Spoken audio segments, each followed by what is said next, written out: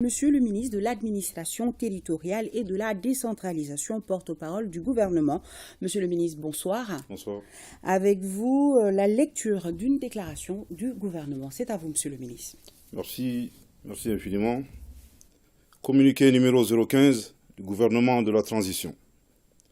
Le gouvernement de la transition a lu avec surprise et consternation, suite à son communiqué numéro 014, diffusé du 24 janvier 2022, un message non approprié du ministre des Affaires étrangères danois sur les réseaux sociaux, le lundi 25 janvier 2022, qui estime infondée la conclusion d'un accord entre la République du Mali et le Royaume du Danemark avant le déploiement des forces spéciales danoises sur notre territoire. Le message du ministre des Affaires étrangères danois appelle de la part du gouvernement de la transition les précisions suivantes. Par note verbale du 29 juin 2021, le gouvernement du Royaume du Danemark a saisi le gouvernement de la transition d'un projet de texte en vue de convenir du statut des forces spéciales danoises devant intervenir au sein de la force Takuba, sur la base du protocole additionnel conclu en mars 2020 entre le gouvernement de la République du Mali et le gouvernement de la République française, déterminant le statut des détachements non français de la force Takuba. Dans cette note, la partie danoise avait souhaité recevoir un accusé de réception de la partie malienne pour marquer l'entrée en vigueur du texte soumis. En réponse, le gouvernement de la transition a, par note verbale du 16 novembre 2021, indiqué au gouvernement du Royaume du Danemark que sa requête est sous examen et qu'une suite lui sera communiquée dès que possible. Par conséquent, le dit document reste toujours à l'état de projet. Aucun accord n'autorise le déploiement des forces spéciales danoises au sein de la force Takuba. Le gouvernement du Mali invite avec insistance la partie danoise à retirer immédiatement ses forces spéciales du territoire malien. Le gouvernement de la transition précise que 3 autres pays européens, à savoir la Norvège, le Portugal et la Hongrie, se trouvent actuellement, comme le Danemark, en attente de la validation de l'accord sur le statut des forces par les autorités maliennes. Contrairement au Danemark, ces pays n'ont procédé à aucun déploiement de leurs forces spéciales dans le cadre de l'opération Takuba. Le gouvernement, tout en réitérant à ses partenaires intervenant dans la lutte contre le terrorisme, appelle une fois de plus leur attention sur la nécessité du respect strict des termes des engagements convenus, notamment l'obtention de l'agrément délivré par les autorités maliennes avant tout déploiement sur le territoire national. Fait à Bamako le 26 janvier 2022. Merci de votre très aimable attention. Merci beaucoup, monsieur le ministre. Exceptionnellement, nous allons commenter à chaud un communiqué du gouvernement. Dites-nous, monsieur le ministre, après la lecture de ce communiqué, qu'il faut-il faire pour clore cet incident diplomatique, si je peux le dire ainsi? Je pense que nous ne sommes pas encore au stade de l'incident diplomatique. C'est peut-être des incompréhensions entre le gouvernement du Mali et le Royaume du Danemark. Vous savez, suite à la diffusion du communiqué numéro 014 du gouvernement de la transition, le 24 janvier 2022, demandant aux Danois de retirer leurs forces spéciales de notre territoire, et cela a suscité une vive polémique. Et c'est suite à cela que nos plus hautes autorités nous ont donné des instructions pour donner la vraie information à nos compatriotes, et bien entendu à l'opinion internationale. Et pour ce faire, mes propos s'articuleront autour de 4 points. Le premier point, c'est d'abord le fonctionnement qui sous-tend le déploiement des forces étrangères dans le cadre de Takuba. Le deuxième point, c'est les faits. Le troisième point, les incompréhensions. Et le dernier point, des messages importants, à la fois à l'endroit du Royaume du Danemark, de nos compatriotes et bien d'autres acteurs. Vous savez, il est important de rappeler, concernant bien entendu le fonctionnement qui sous-tend le déploiement des forces étrangères dans le cadre de Takuba, la mission de Takuba est d'appuyer la force Barkhane dans le cadre de la lutte contre le terrorisme et de la criminalité transnationale organisée. Pour les autorités maliennes, il y a deux conditions successives et cumulatives qui doivent être respectées par tous les partenaires. La première condition, les partenaires doivent d'abord être invités à accompagner le Mali dans le cadre de la lutte contre le terrorisme. Et la seconde condition, c'est l'obtention de l'agrément et de l'autorisation des autorités maliennes, c'est-à-dire un accord sur le statut de force à travers des échanges de lettres. Sur les faits, je pense qu'il est important de retenir trois grandes dates de manière chronologique. Le 27 novembre 2019, le 29 juin 2021 et le 16 novembre 2021. Effectivement, le 27 novembre 2019, le président de la République, à l'époque, a adressé une invitation aux autorités danoises. Et dans la même lettre, il est clairement mentionné que les autorités danoises doivent satisfaire aux conditions d'obtention d'agrément et d'autorisation, bien entendu, des autorités maliennes. Le 29 juin 2021, c'est-à-dire soit 580 jours après la lettre d'invitation de la partie malienne, plus d'un an et demi, le Royaume du Danemark, par note verbale, a informé la partie malienne de son acceptation à appuyer la force Barkhane dans le cadre de Takuba.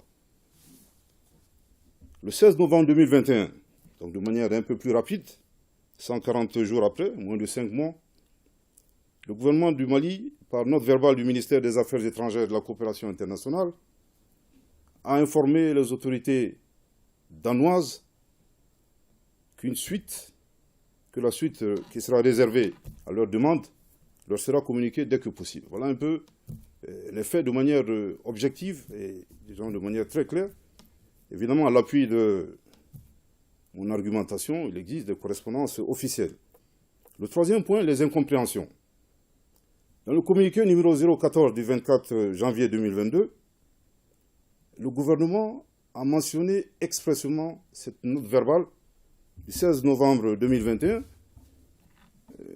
qui demande aux autorités danoises d'attendre, bien entendu, la réponse officielle des autorités maliennes, et nous indiquons très clairement que les conditions d'obtention de l'autorisation et de l'agrément ne sont pas réunies. Donc, par conséquent, la décision a été prise de leur demander incessamment et immédiatement de retirer leurs forces étrangères de notre territoire. Vous savez, nous avons été surpris, en lieu et place, bien entendu, des excuses des autorités danoises. Le ministre des Affaires étrangères du Royaume du Danemark a affirmé que le communiqué du gouvernement était sans fondement, ce qui n'est pas juste au regard des faits que je viens de mentionner, faits soutenus par des correspondances officielles. Oui. Le point le plus important, c'est les messages. À l'endroit d'abord de nos partenaires danois, vous savez, le Royaume du Danemark jouit d'une très bonne réputation ici en République du Mali pour les actions de développement qu'il apporte. Je pense qu'il est très important de maintenir, disons, cette bonne relation. En tout cas, nous les invitons à faire attention aux partenaires, à certains partenaires, qui ont du mal, malheureusement, à se départir des réflexes coloniaux. Le deuxième message, c'est à l'endroit de nos compatriotes. On se souvient tous, après les assises nationales de la refondation, je pense que les Maliens, dans leur grande majorité, ont fait le choix d'être des citoyens à part entière et de veiller surtout au respect de leur dignité. Et suite à cela, la vision de son Excellence le colonel Assimi Goïta, chef de l'État, président de la transition, est très claire. Le Mali, en tant qu'État souverain, s'assume et s'assumera. Oui. Vous savez, nous avons été surpris ces derniers temps d'entendre, je pense qu'il faut le clarifier, une fausse accusation de la part du ministre, de Madame le ministre des Armées, Madame Florence Parly, française, de l'armée française, accusant les autorités maliennes de faire de la provocation. Je pense qu'il est très important, en tout cas, de rappeler que le Mali aujourd'hui tient au respect de sa souveraineté. Et nous invitons également Mme Parly à plus de retenue. Et également à respecter le principe élémentaire, vous savez, de non-ingérence dans les affaires intérieures d'un État. C'est le principe élémentaire des relations internationales. Et nous l'invitons également, c'est un conseil, à faire sienne, vous savez, cette phrase de Alfred de Vigny sur la grandeur du silence. En tout cas, nous, culturellement, on ne parle pas beaucoup. C'est par éducation et compte tenu de notre très bonne culture. Nous ne ferons pas d'affirmations gratuites, mais je pense qu'il est très important d'adresser 4 interrogations à Mme Parly.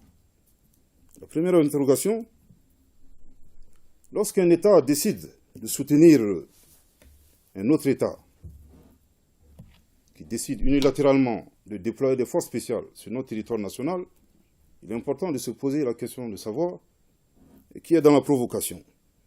La deuxième question, c'est lorsqu'un aéronef viole notre espace aérien, éteint son transpondeur pour ne pas être identifié et coupe la radio pour ne pas être en contact avec les opérateurs de contrôle, on se pose la question qui est dans la provocation. Troisième interrogation, lorsqu'on divise les Maliens en pour ou contre la transition, on se demande qui est dans la provocation. Dernière interrogation, lorsqu'on tente désespérément d'isoler le Mali en instrumentalisant les organisations sous-régionales, on se demande enfin qui est dans la provocation. Soit dit en passant, vous savez, le problème qui nous oppose en tant que Maliens ne regarde que les Maliens, ça ne regarde pas un autre pays. Et notre souhait, en tout cas c'est la vision du chef de l'État, grâce à nos liens sociaux et familiaux, je pense que nous allons très rapidement régler nos problèmes. Et je voudrais ici féliciter l'ensemble de la classe politique malienne, la société civile, les différents mouvements pour leur patriotisme, quel que soit leur avis, divergent ou convergent sur la transition. En tout cas, nous sommes entre Maliens, encore une fois, conformément à la vision du chef de l'État, nous allons trouver une solution de manière consensuelle. Un autre point, soit dit en passant, le problème entre le Mali et les organisations régionales ne concerne que les Africains. Vous savez, ayant en partage l'histoire et la géographie. Avant de terminer, je voudrais ici insister sur le fait que le Mali tient à la paix et la sécurité internationale et surtout à la coexistence pacifique entre les États. Nous ne sommes pas un peuple violent ni belliqueux. Et enfin, nous tenons également au respect de notre État et de notre dignité en tant que peuple ayant une riche histoire et surtout issu de très grandes civilisations. Merci beaucoup.